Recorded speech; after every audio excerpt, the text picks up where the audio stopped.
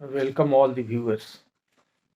आज land laws के series of lectures में लेक्चर नंबर 25 बीटी एक्ट के चैप्टर 10 के बारे में चर्चा होगी।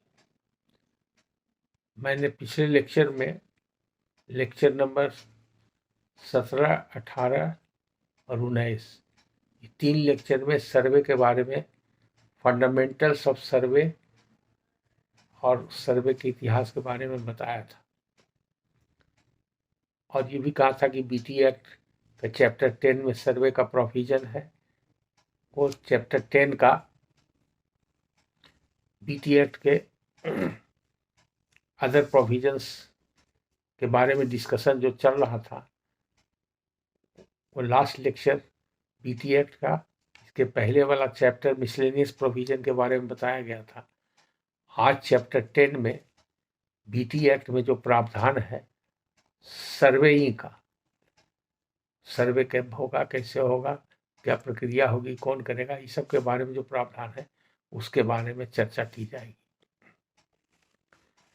सर्वे किस प्रकार से होता है उसकी प्रारंभिक जानकारी पिछले व्याख्यान में दी गई थी। बीच में 2 व्याख्यान दूसरे बिंदु पर आ गया, गणतंत्र दिवस के ऊपर 2 व्याख्यान और संविधान की रोचक बातें। तो बीटी एक्ट के संदर्भ में आज जो चर्चा होने जा रही है वो रिकॉर्ड ऑफ राइट्स और settlement of rent. Bengal survey act के अंतर्गत सरकार को अधिकार है सर्वे का, और इसकी प्रक्रिया सर्वे सेटलमेंट रूल्स और टेक्निकल रूल्स ऑफ सर्वे इसमें निर्देशित है। और चूंकि ये बीटी एक्ट के अंतर्गत ही कैडेस्ट्रल सर्वे हुआ और रिवीजन सर्वे भी बीटी एक्ट के अंतर्गत ही हो रहा है, इसलिए बीटी एक्ट का प्रावधान सर्वे के अलावे उससे उत्पन्न विवाद के निराकरण के लिए भी प्रमुख है। तो आज के तिथि में अभी जो सर्वे बिहार में हो रहा है उसके लिए एक अलग है, स्पेशल सर्वे एक्ट। तो बीटी एक्ट के बारे में जानकारी देंगे, और बीटी एक्ट के अतिरिक्त अन्य 2-3 जो लोकल एक्ट्स है उसमें भी सर्वे का प्रावधान दिया गया है, उसके बारे में भी चर्चा करेंगे। और इस समय मिला तो, और नहीं तो फिर अगले व्याख्यान में चर्चा होगी। तो बीटी एक्ट में मूल रूप से इस चैप्टर 10 में 3 पार्ट बनाया गया है। पहला पार्ट में रिकॉर्ड ऑफ राइट्स है, दूसरा पार्ट में सेटलमेंट ऑफ रेंट है, और तीसरा पार्ट में एरर वगैरह जो होगा उसका सुधार कैसे होगा, सेटलमेंट ऑफ रेंट के चलते अगर डिस्प्यूट होगा तो उसका क्या निराकरण होगा, या रिकॉर्ड ऑफ राइट में कोई गड़बड़ी हो गई है तो उसका कैसे सुधार होगा, या विलेज बाउंड्री का डिस्प्यूट होगा तो कैसे सुधार होगा। इसलिए 3 पार्ट में इसको कहा गया है। तो शॉर्ट में यहाँ पर ये समझना है कि सर्वे कब होता है और कैसे होता है। तो ये राज्य सरकार का अधिकार है। राज्य सरकार इसके लिए आदेश, राजादेश जिसको कहते हैं, वो निर्गत किया जाएगा। वो गजट नोटिफिकेशन से हो सकता है या कोई दूसरे तरीका से भी हो सकता है। सरकार समय समय पर सर्वे करवाती है, सरकार कई कारणों से, लेकिन इस सरकार के अधिकार क्षेत्र में है।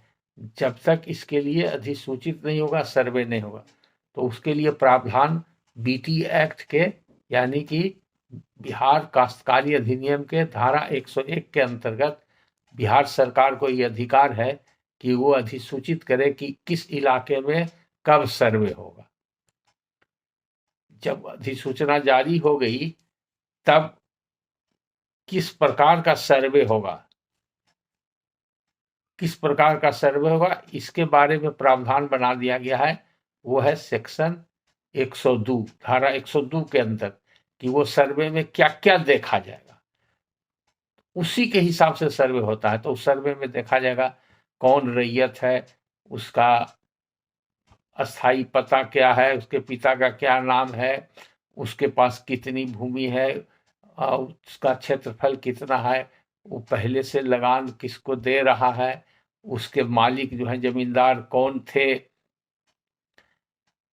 ये किस प्रकार का वो रैयत है, वो मूल रैयत है या अंडर रैयत है, सिकमीदार है, या उसका कब्जा कितना दिन से है, उसके जमींदार कौन है, या वो खुद जमींदार है या टेन्योर होल्डर है। माने रैयत का जितना प्रकार दिया हुआ है बीटी एक्ट में, या जमींदार या मध्यवर्ती जो होते थे उन लोग के बारे में, तो सारी चीजों को छानबीन करके और सबको पार्टिकुलर्स को नोट करना ही सर्वे का काम है। उसके बाद प्रावधान बनाया गया फिर 102 कैपिटल ए धारा है बीटी एक्ट की। इसके अंदर वाटर का सर्वे भी करना है। वाटर का सर्वे इसलिए कि कृषि प्रधान देश और राज्य है, तो कृषि यहाँ पर पहले प्रकृति पर ही निर्भर थी। तो प्राकृतिक स्रोत जो सिंचाई का था, जिस पर कृषि निर्भर होती थी, वो मुख्य रूप से नदी से निकला हुआ नहर या पैन, या कहीं पर झील है या तालाब है, पोखरा है या कुआं है या पैन है या आहर है या नहर है। ये सब स्थानीय भाषा में अलग अलग ढंग से बोला जाता है। ये सब सिंचाई का स्रोत है। तो इसके बारे में भी सरकार को सर्वे के समय सर्वे करने का अधिकार है और किया जाता था।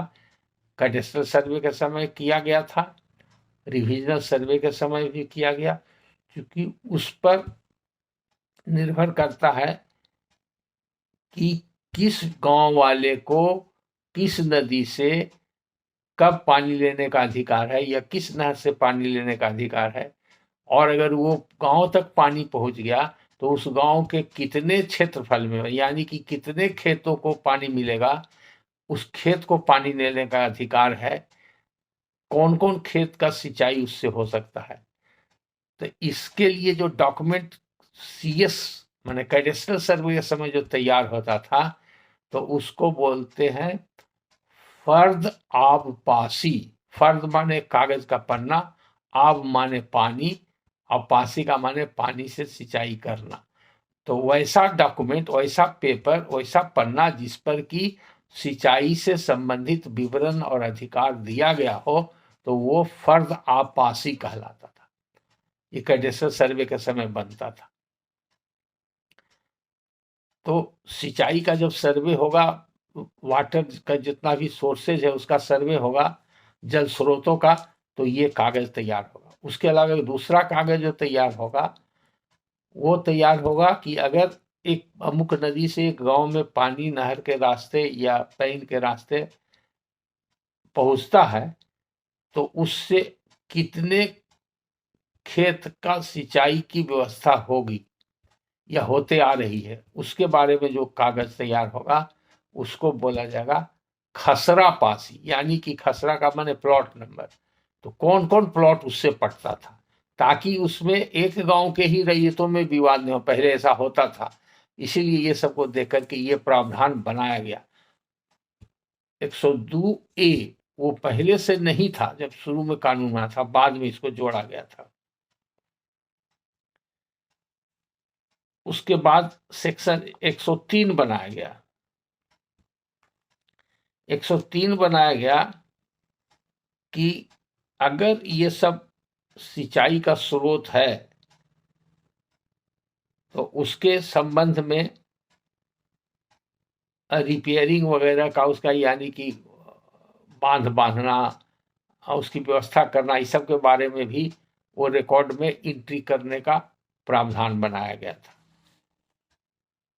तब उसके बाद ये सब, यानी कि रैयत का इंडिविजुअल कितने तरह का रैयत है, कौन जमींदार है, कितना जमीन है, किस किस्म का जमीन है, ये सब पूरा सर्वे में जब आ गया, तब उस जिस पेपर पर वो तैयार होता था उसी को रिकॉर्ड ऑफ राइट कहते हैं। भू अधिकार, भूमि अधिकार से संबंधित जो रिकॉर्ड हुआ तो वो पहले ड्राफ्ट पब्लिकेशन होता था, यानी कि वो प्रोविजनल होता था, वो बाद में फाइनल होता था। तो उसके लिए प्रावधान बनाया गया सेक्शन 103 कैपिटल ए, धारा 103 क के अंतर्गत वो ड्राफ्ट खतियान उसको बोलते हैं, ड्राफ्ट खतियान बनता है। तो ड्राफ्ट खतियान इसलिए कहते हैं कि ड्राफ्ट खतियान को पब्लिश किया जाता है, उसको प्रकाशित किया जाता है, और अगर किसी व्यक्ति को उस समय कोई गलती समझ में आवे, कोई आपत्ति हो, तो उसके लिए आपत्ति कर सकता है, और गलती पॉइंट आउट किया जाएगा तो सर्वे के जो अधिकारी हैं उसमें सुधार कर सकते हैं। तो इसके लिए ड्राफ्ट पब्लिकेशन। वो ड्राफ्ट खतियान जो है, अगर कहीं बाद में विवाद हो दूसरे मुकदमा में, दीवानी या फौजदारी मुकदमा में, तो ड्राफ्ट खतियान को देखा जा सकता है कि उस समय की स्थिति क्या थी, लेकिन उस पर पूर्ण रूपेण रिलाई नहीं किया जा सकता है। हालांकि पटना हाईकोर्ट का एक जजमेंट आ गया कि draft khatian is not admissible in evidence, और उसको पब्लिक डॉक्यूमेंट भी नहीं माना गया, जबकि कलकत्ता हाईकोर्ट का जजमेंट पहले से था कि draft khatian is admissible evidence and is also public document. अब दोनों के पीछे कारण क्या है, दोनों पटना हाईकोर्ट और कलकत्ता हाईकोर्ट के बीच में विभेद होने का कारण क्या है कि एक एस्पेक्ट को कलकत्ता हाईकोर्ट ने देखा तो पटना हाईकोर्ट ने दूसरे एस्पेक्ट को देखा। तो आज की तारीख में जो पटना हाईकोर्ट का जजमेंट है वही सर्वमान्य है, यानी कि अगर आपके पास ड्राफ्ट खतियान है तो ड्राफ्ट खतियान का महत्व नहीं होगा जब तक कि फाइनल नहीं हो जाता है। लेकिन ड्राफ्ट खतियान कुछ खास उद्देश्य से दिखाया जा सकता है, जैसे कि उस समय तक हमारा कब्जा था और इसीलिए हमारा नाम खतियान में आया, सर्वे के अधिकारी ने हमारा नाम अंकित किया है, ये दर्शाने के लिए ये इस्तेमाल हो सकता है। लेकिन उस ड्राफ्ट खतियान के आधार पर न्यायालय कोई निर्णय उस व्यक्ति के पक्ष में नहीं दे सकता है जिसके नाम से ड्राफ्ट खतियान है। अब ड्राफ्ट खतियान के बाद की जो प्रक्रिया पूर्ण हो गई, यानी कि आपत्ति वगैरह इस सब का निराकरण हो गया, या जो कोई गलती थी उसका सुधार हो गया, इसी के लिए ड्राफ्ट खतियान बनाया जाता है। तब फाइनल पब्लिकेशन ऑफ खतियान होगा।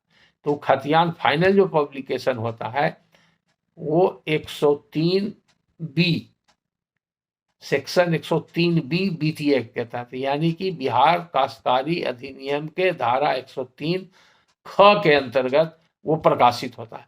ये प्रकाशित होते ही वो सही माना जाता है, कानून में उसकी मान्यता है, और किसी भी न्यायालय में, किसी भी ऑफिस कार्यालय में, किसी भी पदाधिकारी के समक्ष अगर उसको प्रस्तुत किया जाएगा तो उसको प्रामा फेसी मानना पड़ेगा, प्रथम दृष्टा वो माना जाएगा।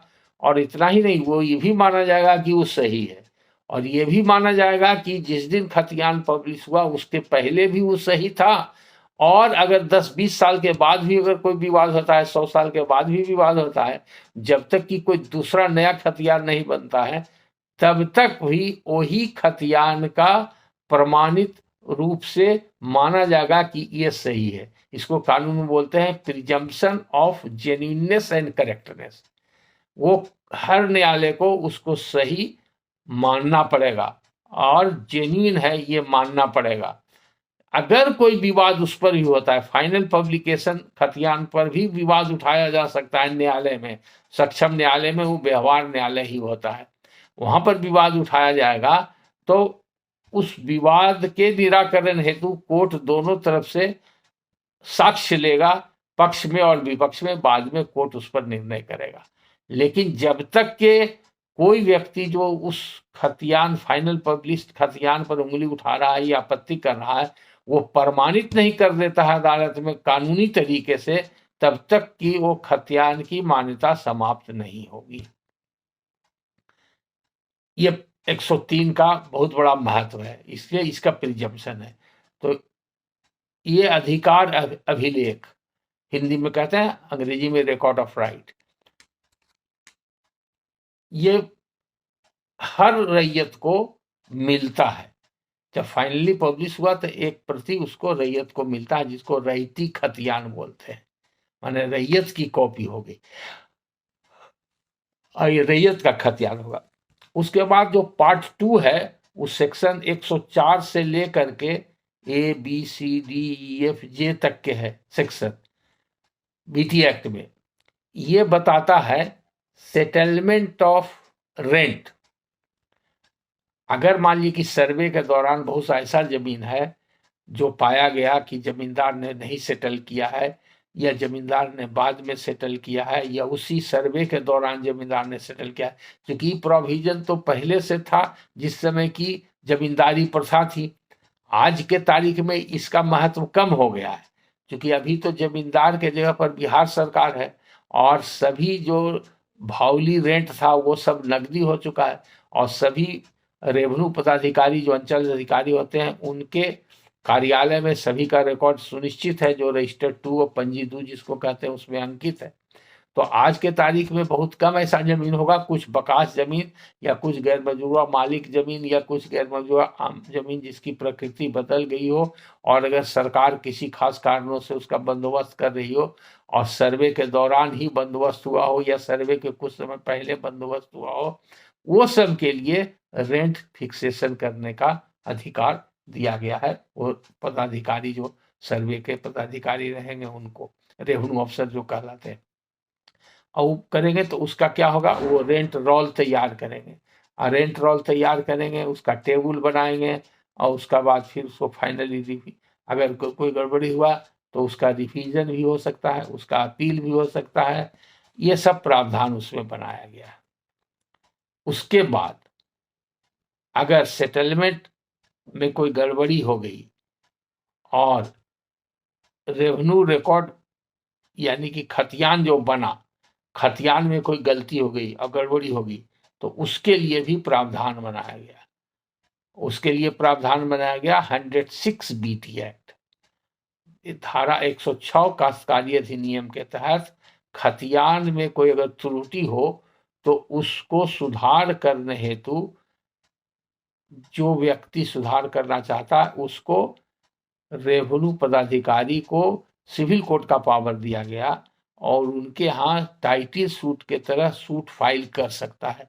लेकिन जिस दिन खतियान फाइनल पब्लिश हुआ उसके 3 महीना के अंतर्गत, और वो जैसे सिविल सूट डिसाइड होता है सिविल कोर्ट में, व्यवहार न्यायालय में जिसको कहते हैं कि अदालत में, तो अदालत में जैसे अदालती कार्रवाई के जरिए कोई दीवानी मुकदमा का निपटारा होता है, उसी तरह से रेवेन्यू अफसर को दीवानी अदालत का सब पावर है।